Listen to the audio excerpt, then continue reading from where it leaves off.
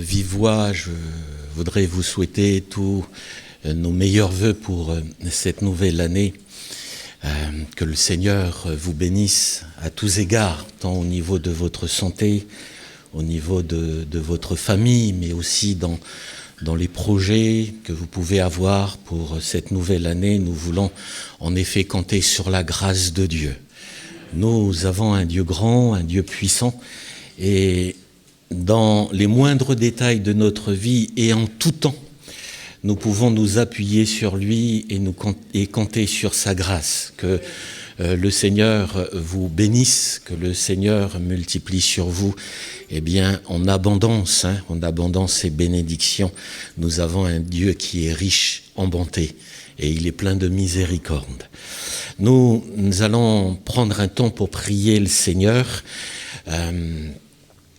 Notre sœur Laurine a besoin de la grâce de Dieu. Elle a une tendinite à l'épaule qui lui fait extrêmement souffrir.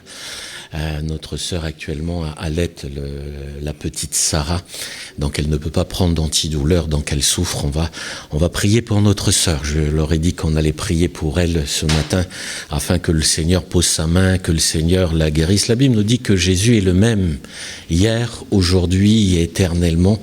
Donc on va prier le Seigneur. Et si ce matin vous avez besoin aussi de la grâce de Dieu, alors on va tout simplement vous demander de vous lever à votre place et on va prier pour vous. Si vous êtes malade, si vous avez besoin du secours de Dieu, si aussi vous voulez remettre cette année entre les mains du Seigneur pour des projets précis, vous vous levez et on va prier le Seigneur. Nous croyons que notre Dieu, c'est un Dieu grand, un Dieu de miséricorde, un Dieu qui répand sa bénédiction sur chacun d'entre nous. Voilà, on va prier le Seigneur. Béni soit ton nom. Seigneur, nous nous approchons de toi et nous voulons le faire avec confiance, avec assurance, parce que tout pouvoir t'a été donné dans le ciel et sur la terre. Et jusqu'à présent, Seigneur, nous avons été les uns et les autres au bénéfice de ta fidélité, de ta puissance. Et Seigneur, tu as été là en tout temps et dans l'adversité. Nous avons vu ton secours qui ne manque jamais dans la détresse. C'est pour cela que nous voulons en effet, Seigneur, te confier nos bien-aimés ce matin. Nous te prions tout particulièrement pour notre sœur Laurine, là où elle est, afin que dans le nom de Jésus, Seigneur, tu la guérisses. Nous te prions pour mes frères et sœurs qui se sont levés et qui ont besoin de ta grâce aussi dans leur santé. Nous proclamons que c'est par tes meurtrissures que nous sommes guéris. Ta parole est vraie, ta parole est oui et amen. Et nous te demandons, Seigneur, de Seigneur, visiter nos bien-aimés. Tu vois ceux qui sont éprouvés dans leur âme. Tu es le Dieu de la délivrance. Tu es celui qui, Seigneur, dissipe les angoisses. Tu es celui qui donne cette paix qui vient du Saint-Esprit et qui surpasse toute intelligence. Merci de répandre ta grâce, Seigneur, dans les cœurs, dans les vies. Merci de relever le cœur brisé. Merci de relever l'âme abattue. Et Seigneur, nous te faisons confiance. Nous te prions aussi pour cette année qui s'ouvre devant nous. Tu vois ceux qui s'attendent à toi pour des projets bien précis. Seigneur, pour leur famille, pour leur vie professionnelle. Seigneur, pour leur vie. Seigneur, ils sont dans cette attente. Seigneur, nous mettons notre confiance en toi et nous te demandons, Seigneur, d'aplanir leur sentier, d'ouvrir des portes. Seigneur, de faire grâce et de déverser ta bénédiction en abondance. Seigneur, nous te faisons confiance. Seigneur, que ta paix, ta joie repose sur chacune de ces vies ce matin. Nous te prions dans le nom de Jésus. Toi, tu es le roi des rois et le Seigneur des seigneurs. Et nous te disons merci. Amen. Amen. Gloire au Seigneur. Vous pouvez reprendre vos places. Il y a quelques semaines, nous avons abordé le thème que tout est centré en Christ. Tout est christocentrique. Et on va continuer à aborder ce thème ce matin. Et je trouve que c'est un sujet qui est adapté aussi pour démarrer notre année. Comme on l'a entendu dans les prières, c'est le premier dimanche du mois et on veut ce matin proclamer et dire au Seigneur, mais tout est centré sur toi. Comme nous le chantons, tout est centré sur toi. Nous voulons que Christ soit au centre de notre vie, de notre famille, de nos projets, de notre Église, dans les projets de l'Église.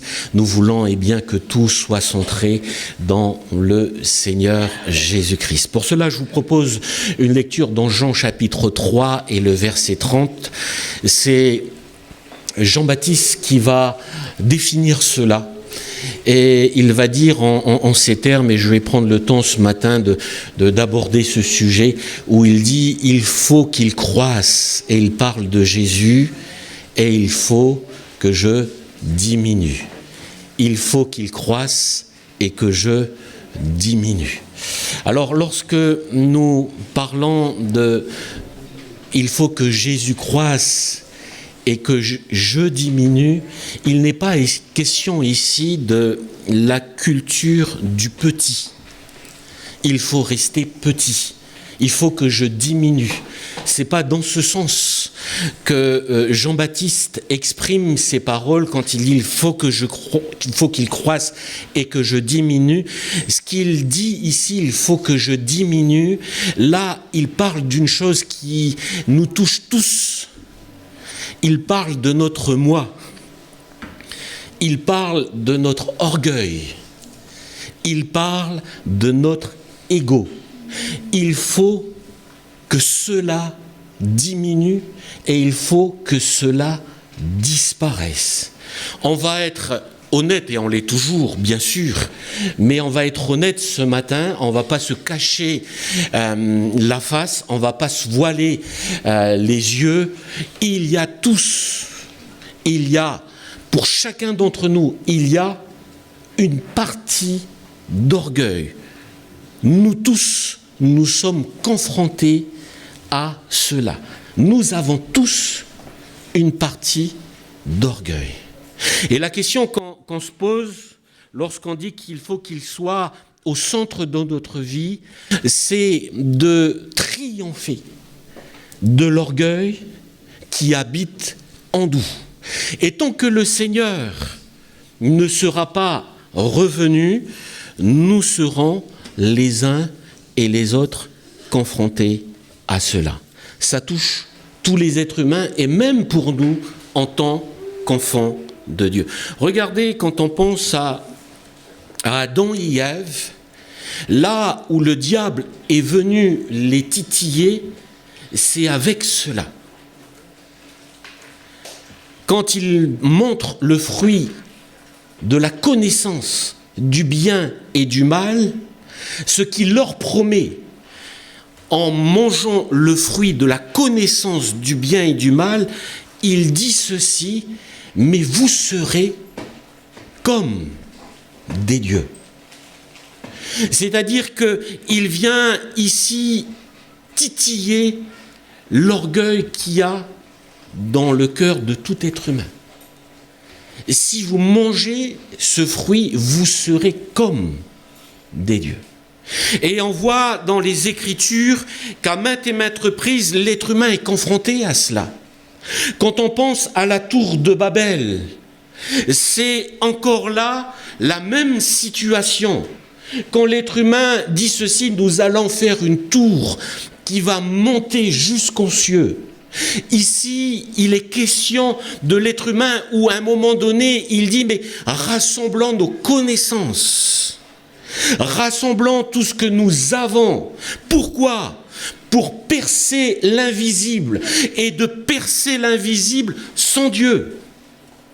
Et ils ont cette idée de se rassembler, de venir avec toutes ces connaissances astrologiques et tout ce que vous voulez, toutes ces connaissances occultes, toutes ces sciences occultes, dans le but de percer l'invisible, sans passer par Dieu. Et là, de nouveau, on s'aperçoit d'une chose, c'est qu'on ne veut pas de Dieu. On veut être comme Dieu. Quand il est question du peuple d'Israël, et Dieu le dit ouvertement à Israël, parce qu'à un moment donné, ils vont dire: mais nous, on veut, comme les autres nations, on veut un roi. en veut un chef qui soit là. Et Dieu de dire, mais quand vous voulez cela, c'est dans le but de me rejeter. Pourquoi ? Parce que dans la vie de tout être humain, il y a toujours cette part. Et commencer cette année, c'est de dire aussi, Seigneur, il faut que tu croisses et que je diminue, dans le sens où, Seigneur, je veux veiller à cela. On raconte cette histoire d'un jeune homme, d'un adolescent. Et là, c'est aussi le côté sombre de l'être humain. On parle, et il y a eu, hélas, dans le passé, et hélas, aujourd'hui, il y a différentes formes d'esclavage. Mais dans le passé, effectivement, dans certains pays, il y avait des esclaves. Et aux États-Unis, ce jeune homme avait son père. Ce jeune ado avait son père. Et son père, c'était un chasseur d'esclaves. C'est-à-dire qu'il avait des esclaves, mais il chassait aussi ceux qui fuyaient pour les retrouver et pour les ramener au maître pour une prime. Et le gamin a grandi avec un esclave, et là c'était comme ça. Et à un moment donné, cet ado prend conscience du travail de son père. Et là, il s'adresse à cet esclave qui est pour lui un ami. Il dit, mais je ne comprends pas pourquoi papa il fait ça. Et il dit, mais j'ai peur de devenir comme lui. Et cet homme de lui dire, mais écoute, je vais te dire une chose, pour que tu ne deviennes pas comme lui. Il y a en toi deux loups. Il y a un loup féroce, mais il y a aussi un loup doux. Un loup féroce qui va faire toutes sortes de mal, mais aussi un loup doux, plein de douceur. Mais la question qu'il faut que tu te poses, c'est quel loup tu vas nourrir en toi ? Est-ce que tu vas nourrir ce loup féroce et là tu risques de devenir comme ton père ?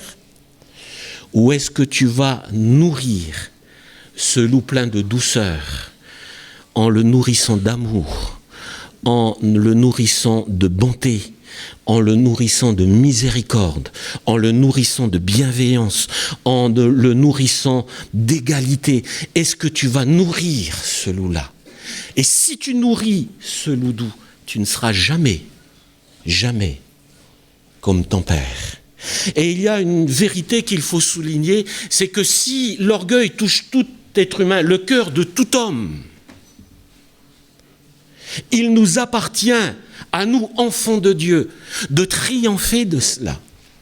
Et triompher de cela, cela nous amène à une chose, c'est que pour triompher de l'orgueil, c'est de manifester le fruit de l'esprit. Dans Galates au chapitre 5, lorsque Paul parle du fruit de l'esprit, avant de parler de cela, il souligne le péché et les conséquences du péché, en disant mais détournez-vous de cela.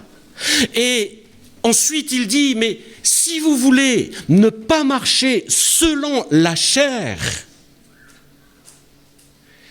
eh bien il est important de porter le fruit de l'esprit.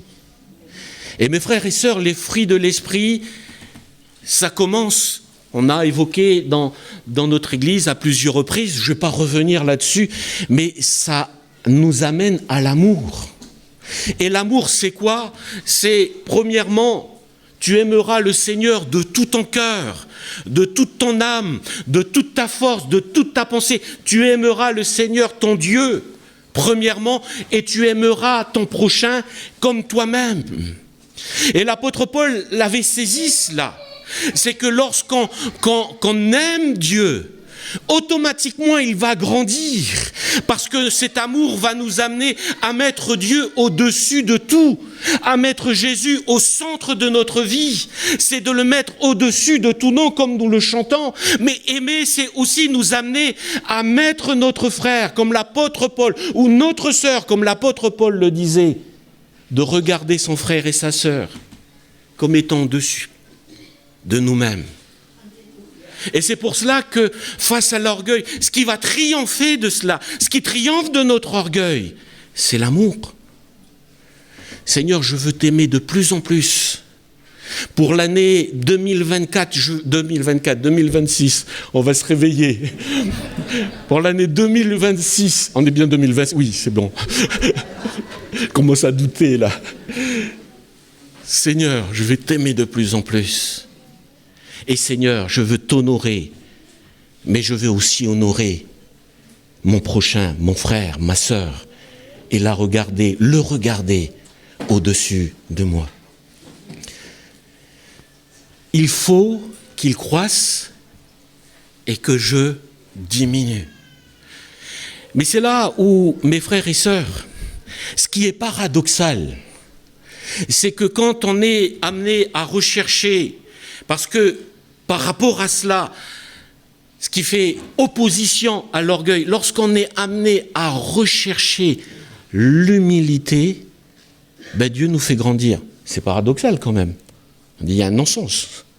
Il faut que je diminue, mais je diminue, je grandis.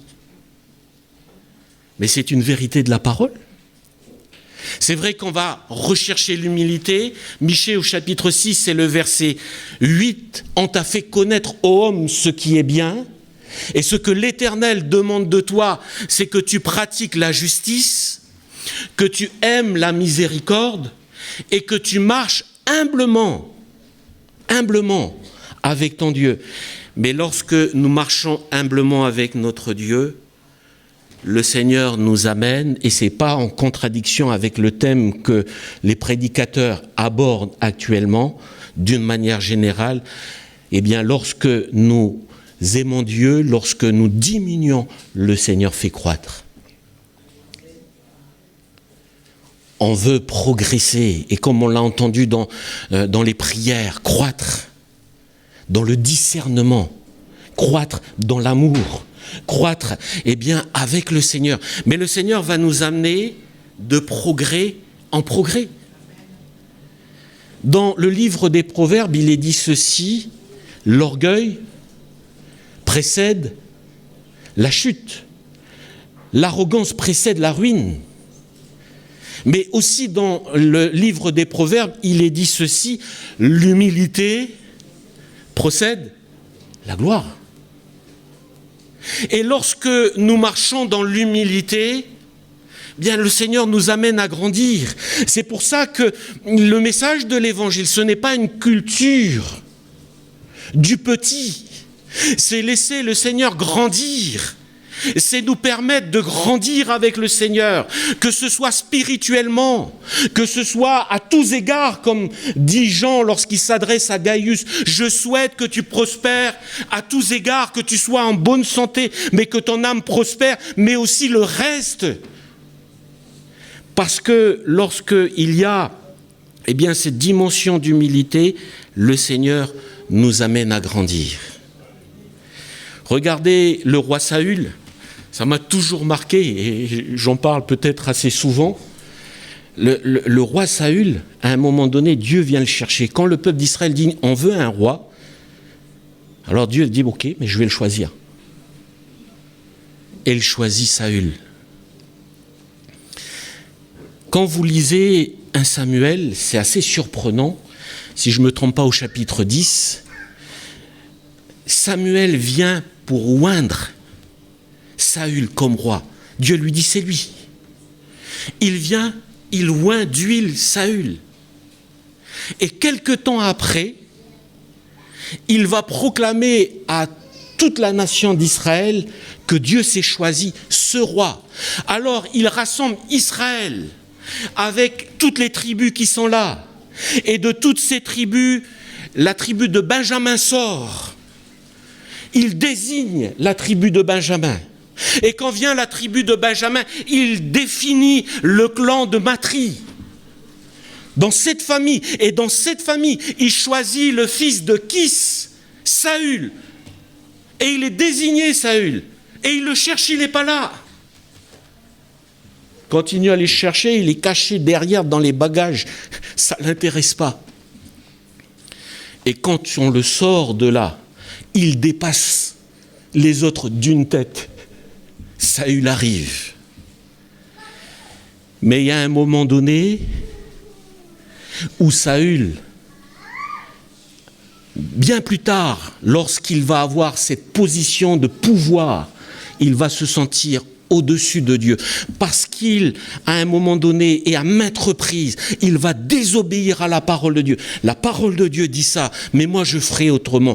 C'est au sacrificateur d'offrir à Samuel de le faire. Non, moi je vais le faire. Je suis capable aussi d'offrir un sacrifice en l'honneur de l'Éternel, etc., etc. Et on voit qu'il arrive à se croire au-dessus de la parole de Dieu. Et à un moment donné, Samuel vient le voir et lui dit ceci: mais Saül, quand tu étais petit à tes yeux, Dieu ne t'a-t-il pas élevé? Parce que lorsqu'on marche, mes frères et sœurs, dans l'humilité, eh bien Dieu nous permet de grandir. L'humilité précède la gloire. Et je crois qu'il est important pour nous, eh bien, de triompher de notre orgueil avec la grâce de Dieu. Mais il est bon pour nous aussi, dans cette perspective, de laisser le Seigneur nous permettre d'aller de progrès en progrès, de croître dans tout ce qu'il nous a donné. Et pour cette perspective qu'il nous donne concernant l'année 2026, c'est de nous dire les uns et les autres: le Seigneur nous a donné des dons, le Seigneur nous a donné des talents, le Seigneur nous a bénis. C'est pourquoi, c'est pour permettre au Seigneur de faire croître cela. L'apôtre Paul dit ceci: exceller en toutes choses. Il faut exceller. Il y a peut-être au milieu de nous des entrepreneurs. Mes frères, mes sœurs, excellez dans ce domaine. Vous avez reçu cela du Seigneur. Ne prenez pas votre talent et allez le cacher, mais excellez. Il y a au milieu de nous peut-être des frères et sœurs dans leur vie professionnelle, ils excellent. Allez de l'avant. On a des comptables, des experts comptables. Quand ils ont des chiffres, ils jouent avec les chiffres. Moi, quand je vois les chiffres, ça me gratte la tête. Mais eux, ils sont là, ils comprennent tellement, ils voient. Quand j'étais gamin, il y avait un instituteur, M. Sakumuri, pour vous dire qu'il nous a marqués quand on était gamin, en CM2. Il aimait poser des problèmes. Et quand il posait des problèmes, il disait ceci: bon voilà, je vous pose un problème, et puis vous voyez que parfois on pinaillait là-dessus. Il dit: ok, le premier qui trouve le problème, il aura je lui offre une glace, parce qu'à l'époque, on pouvait aller acheter une glace pendant la récréation. Alors imaginez, ah là là là là là là, la glace au coco.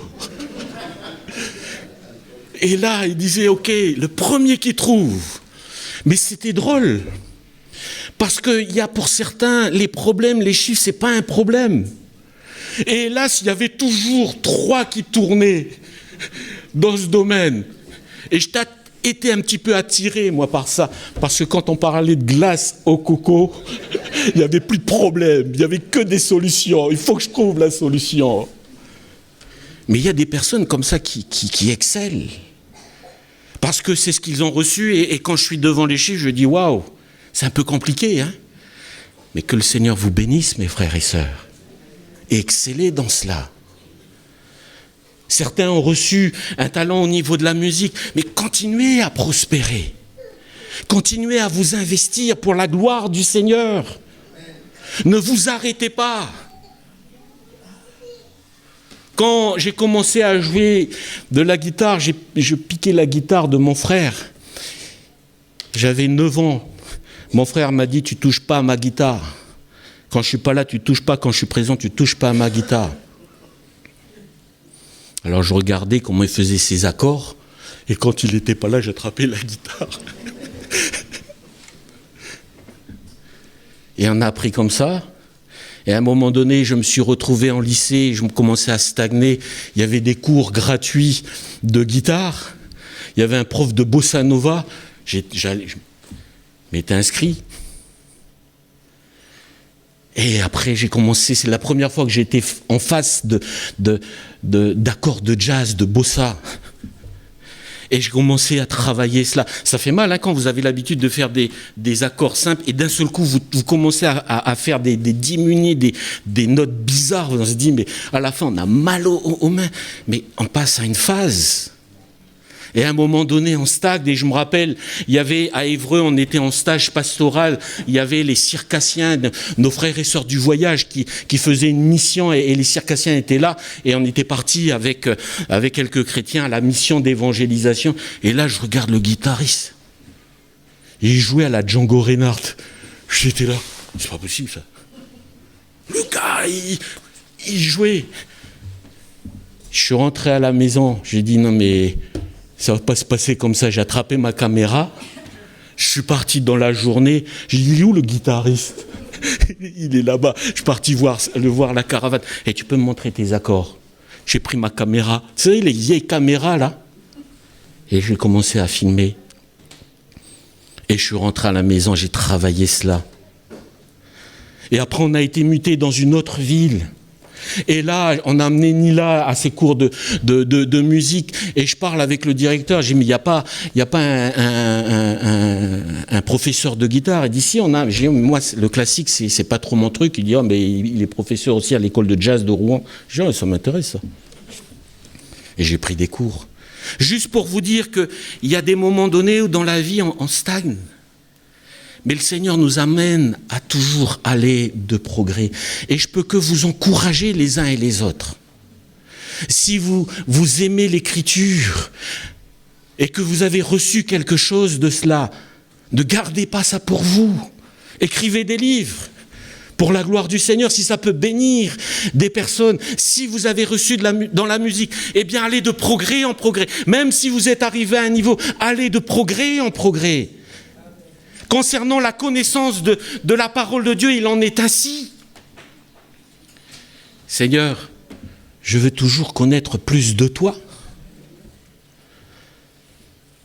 Depuis l'école biblique, ça fait 31 ans que je passe mon temps à étudier la parole de Dieu.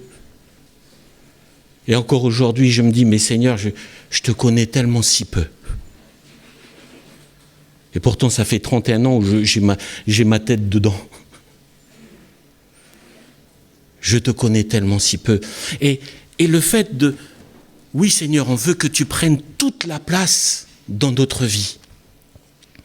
Ne nous amène pas à chercher la médiocrité en disant, il faut que je m'efface, mais l'excellence dans tout ce que nous avons reçu les uns et les autres. Certes, certains ont reçu 5 talents. D'autres ont reçu 2 ou 1, peu importe. L'essentiel, c'est que là où le Seigneur nous a placés, dans le couloir où il nous a placés, c'est de nous permettre les uns et les autres de prospérer, que ça soit intellectuellement, que ce soit manuellement. Il y a des frères et sœurs qui sont... Ah, je parlais de mon beau-frère, il n'est pas là. Et puis vous ne le connaissez pas. Le frère de Laurence. Déjà, vous avez vu les mains de Polynésiens, comment c'est... Chaque fois on dit, mais t'as des grosses mains. Ben oui, c'est la Polynésie. Alors lui, vous prenez sa main et vous mettez ma main à côté, j'ai l'impression que ma main, elle est encore plus petite.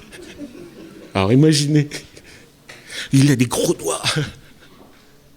Et le gars, quand il fait des choses manuellement, mais d'une précision. Vous savez, il fait les maquettes, ça demande des milliers d'heures, des maquettes de bateaux. il ne va pas acheter la boîte et suivre le pont et coller le truc. Hein. Quand il prend une maquette, il prend un livre, il regarde le bateau, il fait des recherches là-dessus, il prend l'échelle qu'il veut établir et toutes les pièces, les petites pièces qui sont liées, il le fait ça avec ses gros doigts. J'ai dit, mais Seigneur, mais à chaque fois que je le vois, je suis fatigué. J'ai dit, mais comment il fait pour passer autant de temps et avec autant de précision à faire ces choses-là? Parce qu'il a reçu du Seigneur, cela.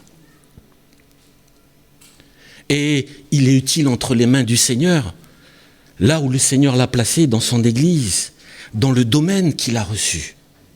Mes frères et sœurs, quand on dit il faut diminuer, c'est pas de rechercher la médiocrité. C'est pas de rechercher le petit. Faut pas qu'on me voit parce que là c'est une preuve d'orgueil. Non, quand on s'abaisse, le Seigneur automatiquement nous élève. Et s'il nous élève, mais gloire au Seigneur. Que le Seigneur soit élevé. Mais je ne peux que vous encourager les uns et les autres face à tout ce que vous avez reçu. Eh bien de le mettre à profit pour vous-même, pour vos familles, pour l'Église et pour la gloire de notre Seigneur. Excellez en toutes choses. Je vais terminer par ceci, c'est que effectivement, lorsque nous sommes dans cette perspective de cette nouvelle année, il faut toujours garder cette espérance. Et nos vies, c'est de revenir à ce que je disais, c'est de le mettre et de tout centrer sur le Seigneur Jésus-Christ. Jésus, à un moment donné, lorsqu'il va s'adresser à la femme samaritaine, il va dire ceci, mais si quelqu'un boit de cette eau, et là elle parle du puits de Jacob, le Seigneur Jésus dit ceci, mais il aura encore soif.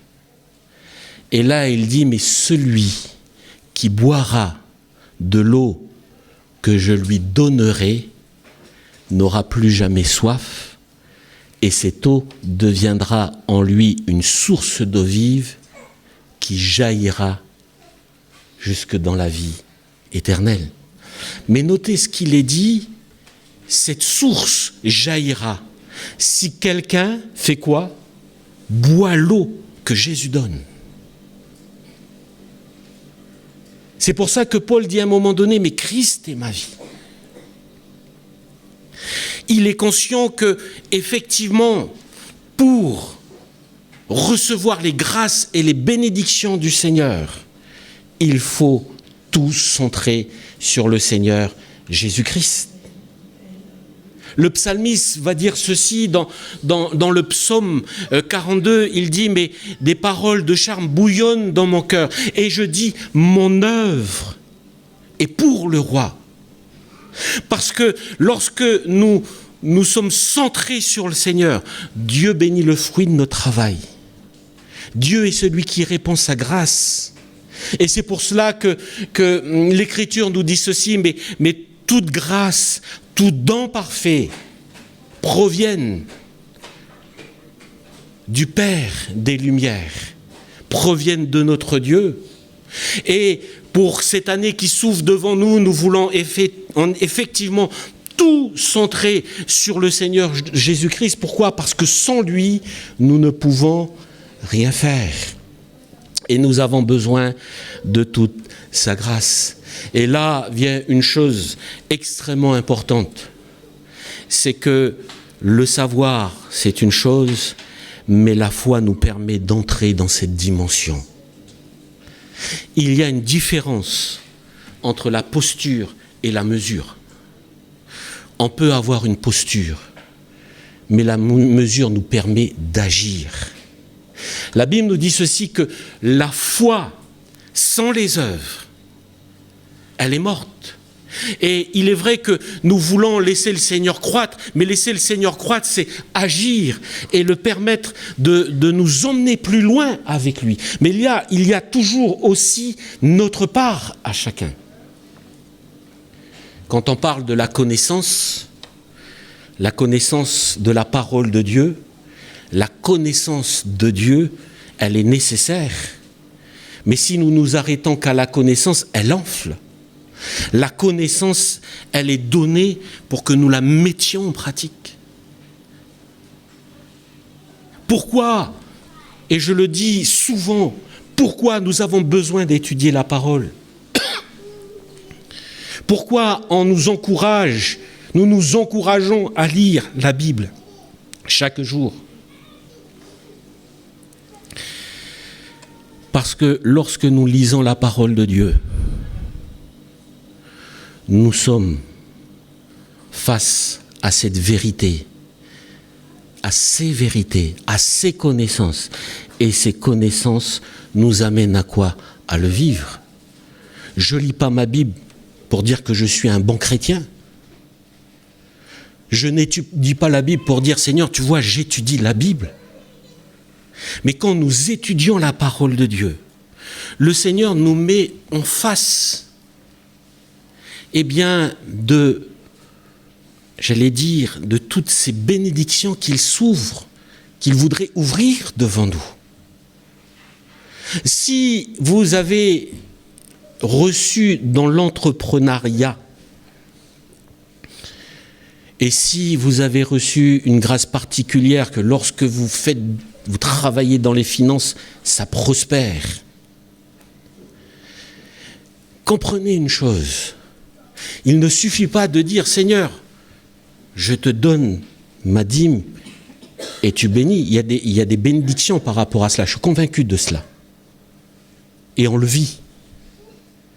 Mais quand on est dans cette phase-là, et quand on étudie la parole, vous allez vous apercevoir d'une chose, c'est que concernant l'entrepreneuriat, concernant les finances, le Seigneur nous donne tous ces principes bibliques qui vous permettent d'exceller dans cela.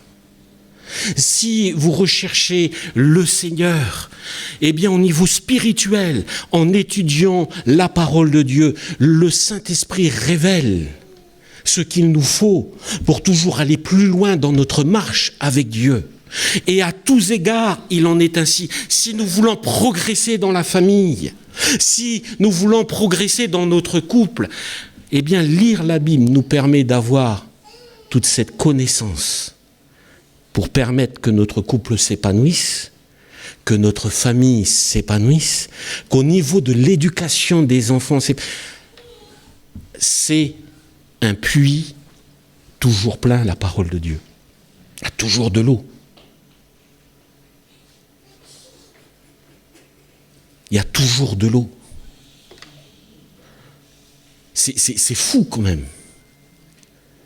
À un moment donné, j'ai pris le temps de m'arrêter, de réfléchir sur l'esprit, la vie de l'esprit, les dons spirituels et le baptême dans le Saint-Esprit. J'ai pris le temps.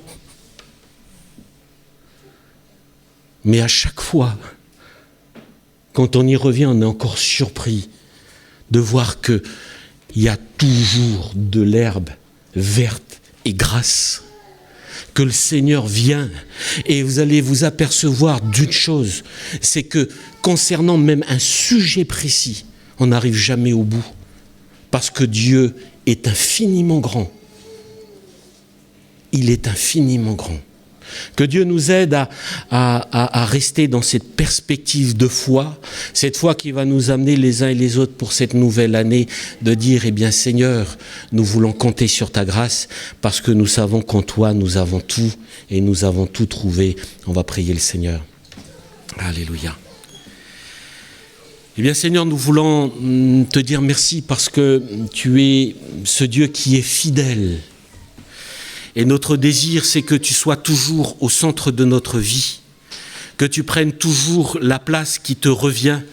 Et pour cette année qui s'ouvre de nouveau, qui s'ouvre devant nous, nous voulons de nouveau, Seigneur, te le dire et proclamer, nous voulons que tu sois au centre de notre vie, que tu sois au centre de notre famille, de nos projets, de notre Église, des projets de l'Église.